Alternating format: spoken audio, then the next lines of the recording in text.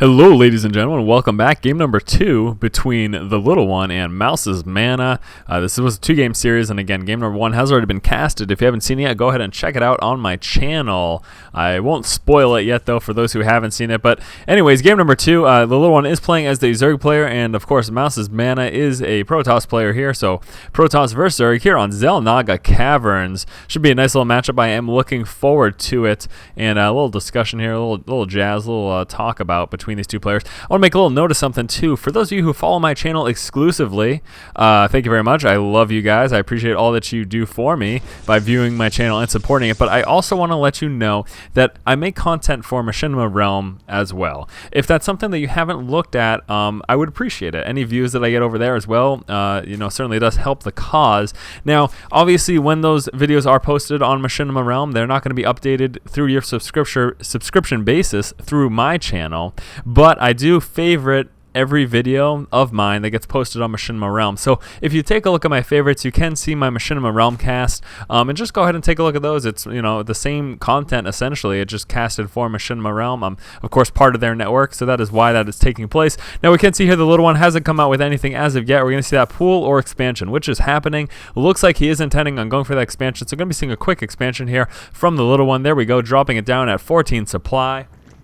Over inside of MaNa's base, seeing nothing but the standard, of course, that is to be expected. Should be seeing an assimilator sometime in the near future, or no, Forge. Going to be coming out with a Forge. So likely, what we're going to be seeing right now, well, we are likely going to be seeing some cannon harass. That is the probable thing you can see here moving down with the probe right now. Now, since he's moving to the back end, I'm guessing right here we're going to see a pylon in this area, and then we're going to be seeing some leapfrogging of cannons. So going to be starting off with some cannon harass to try to deny this expansion from the little one. This can, of course, be effective, but at the same time, it's definitely going to set MaNa behind. Now, you can see he's just starting to get some resources, but he's going to be spending those very quickly by dropping cannons and or pylons. So there we go. First pylon going down right there. Now the little one at this moment is fully aware of that, so he's going to want to do whatever he can to take care of it. Moving down right now with a whole bunch of drones and saying that is very sneaky. MaNa very happy and proud of his efforts there with those double smiley faces. Trying to move into the main there. He does manage to do so. We're going to have this first zealot pushing down right now to try to assist in this cannon harass, and he actually canceled that pylon. So MaNa canceling the pylon isn't going to continue with this cannon harass. I'm a little surprised. That is a real big blunder. Does end up setting him back there. So that's a big issue, to be honest with you. That's really going to set back MaNa right now. Deciding to try to capitalize on the fact that he does have this cannon up, though. Going to be going skilly, he says. Going to be going with this quick expansion and then using the cannons so that it's not a complete waste. He's going to be using the cannons to defend this expansion. So that's a little unfortunate that didn't end up working out for him. I'm going to say that's a definite setback. We're going to be seeing the little one push out right now with Zerglings, and he has a big window of opportunity to do a bunch of damage. So far, this cannon isn't even up yet, and he might still be able to sneak into the main base depending on where that second cannon placement goes. Where are we going to see it? No, okay, so coming down with this Cybernetics core, that's going to force the Zerglings through the fire of the cannon before they can move into the main, so good job there by MaNa. However, it doesn't look like where are those Zerglings. Move forward with that one Zergling, and it looks like, oh no, so instead of trying to push against MaNa right now, in fact, the little one is going to be going for a double early expand. So that first expansion is out. He's going to be killing this high yield and going for an additional early expansion. He knows for a fact that it's going to be quite some time before MaNa is able to push out and be very aggressive. So he's going to capitalize on that, get this early expansion. Going to want to grab the Xel'Naga towers just in case any small pushes do come. He does want to be aware of that. Cybernetics core just about finished right now for MaNa, and is probably going to be coming out with that Warp Gate research very soon, probably right about now. There we go. So Warp Gate research is coming out, but still you can see here just on this one gateway, wants to start working on the Nexus. He's going to start getting that expansion saturated right now. So it's going to be quite some time before he pushes out. Now at this point, MaNa's going to be pulling down. I don't think he sees it at this point, no, so he's not aware fully at the moment that the little one is going for that additional expansion. You can see not a whole lot going on but droning up right now for the little one. That is, of course, because he's going to be dropping that expansion very soon. There we go. Expansion goes down, and he's going to want to drone up and saturate that as well. So this could be a really huge advantage for the little one if he manages to get this up and defend it. He's going to be in a really solid spot. Going to be moving forward with those Zerglings as well, trying to test the water and see what's going on. Here he's going, coming down with that evolution chamber, getting us some upgrades. Also going to allow him to get some spore crawlers just in case his opponent decides to go for Phoenix play, getting that double expand pretty early on. No Zerglings moving into the natural expansion here of MaNa. I'm going to be doing quite a bit of damage, stopping mining from this half. There are no cannons over there to defend. At this point, MaNa does not have quite enough units, and this Zergling harass is going to be a big problem right now, using the range of that sentry to try to force those Zerglings out of there.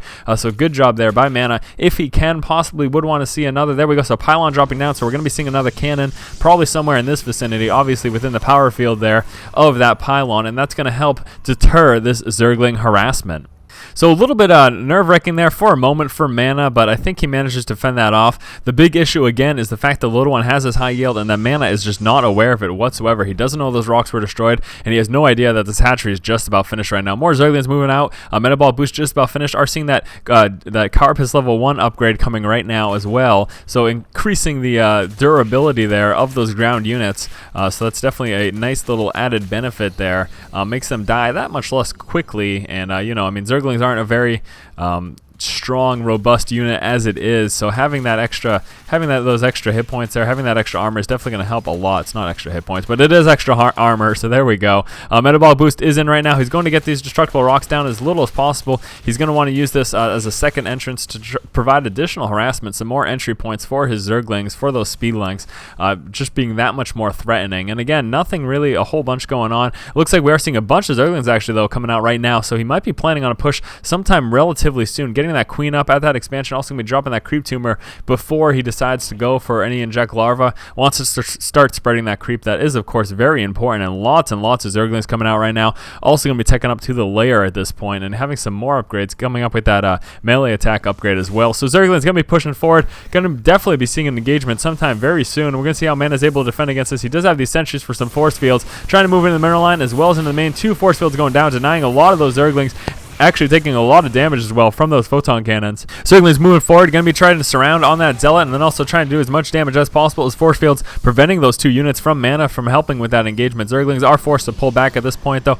MaNa's doing a pretty good job of containing himself here with all his placements, making things a little bit more difficult for run-bys and easy for force fields to deny any pushes. So it's not going to be the easiest of things right now for the little one to push into that. And what do we have here? The little one coming out with an additional expansion. So this is a huge problem right now. MaNa just on these 2 bases. Still not a whole lot of army. He does have these 4 warp gates up right now, and there's a Twilight Council, so he does have these 4 warp gates in right now, coming out with this 5th one over here, and there's that Twilight Council. Might be seeing Blink Stalkers, Charge Zealots, and probably even teching up to maybe going for some, you know, looking to get some High Templar or anything like that. Nice little Hallucinated Phoenix going to be moving out right now, trying to do some scouting, and at this point I think he's going to start to get an idea of what's going on. Again, I still think he has no idea. Yeah, still no idea about that additional expansion, so he is wondering at this point. MaNa doesn't know exactly what's going on.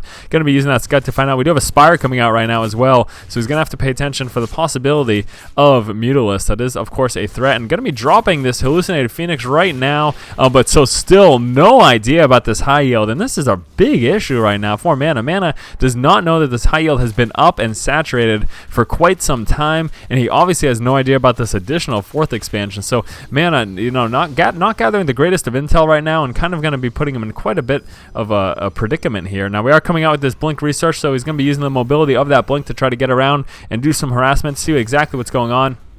He does know now, grabbing that Xel'Naga Tower, that with this heavy creep spread, that there is likely that expansion right there. He hasn't seen it as of yet, but he's going to be seeing it sometime shortly, I think. Moving down with the Stalkers as well. Probably going to be checking this expansion down here, and he might actually be able to take it out, but no, Zergling's pushing forward, taking advantage of those Stalkers moving out. Going to be trying to move into this expansion, but no, force field going down. And again, with this great building placement, making it very hard for Zerglings to run by with those force fields. Stalkers moving down into this 4th expansion of the little one, so it looks like it's going to drop, but not without losses. Lots of Zerglings right now moving in to get a surround on the Stalkers. Stalkers are going to want to try to blink away, but no, not too easy because these rocks are destroyed. So nice full surround going down from the little one. All those Stalkers are goodbye. See you later. Trying to blink away, but no, not without. The Zerglings are going to be able to catch up without an issue, and there we go. So all those Stalkers do drop. Now, obviously, MaNa did manage to take out that expansion, so that did hinder the little one a little bit, but the fact that the little one has had this up for so long, I don't think MaNa has a chance in this game. He is just way too far behind economically. Look at those massive upgrades right now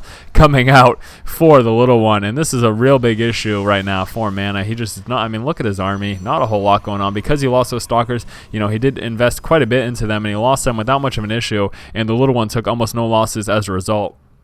He did lose this expansion, but he didn't even have it saturated yet. Didn't lose many drones, and lots of overlords moving out. Going to be spreading a whole bunch of creep right now, increasing the mobility and effectiveness of these units here. Zerglings are going to be much quicker there on that creep. That is quite obvious there. Creep spread going down as well. So whole lot. Look at that. Just the little one. Let's take a look at the vision right now for the little one. He can almost see that entire map. I mean, that is just bonkers. And the creep spread there, just the mobility is absolutely ridiculous. So really good job there by the little one. And look at the massive amount of upgrades coming out right now. We do have that infestation pit as well as that roach and hydra both out. So we might be seeing a pump out of those units. A bunch of infestors coming out right now for the little one as well. Going to be making use of that fungal growth, trying to place these units in, stop these units in place to allow those Zerglings to get us around, destroying this high yield. And it looks like the little one may be trying to take both high yields, and that would be the most absurd thing I would ever seen. I've never seen a player in one of these games, not a professional player at least, maybe in the lower leagues, but I've never seen a player manage to take both high yields in the center of Xel'Naga Caverns. That would be quite impressive. Do we have a drone moving down? I really want to see this happen. Come on, the little one. Impress me, sir. Blinkstalk is moving forward, but so many speedlings moving out right now. And at this point, MaNa does know what's going on with that observer. He did get a good idea of what was going on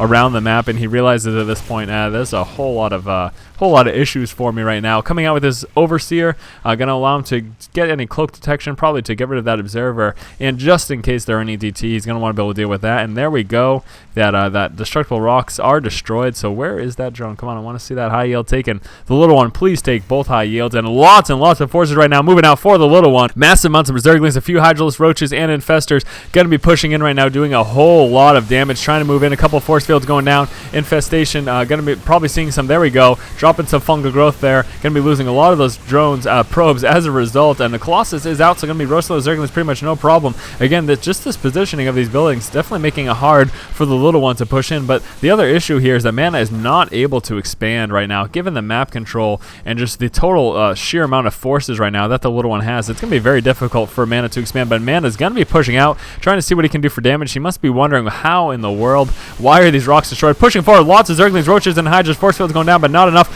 Fungal growth stopping those stalkers from blinking away, allowing the Zerglings to get a full surround. And that Colossus is still up, roasting those Zerglings, but the Zerglings, roaches, and Hydralis pushing forward, and just way too many units right now for MaNa to deal with. The little one just had such a huge economic advantage. You can see the fact this army is vastly overpowering MaNa's without much of an issue. Even having some units hang back here, the little one's deciding to just engage with half of his forces and thinks that that'll be enough, and it certainly is.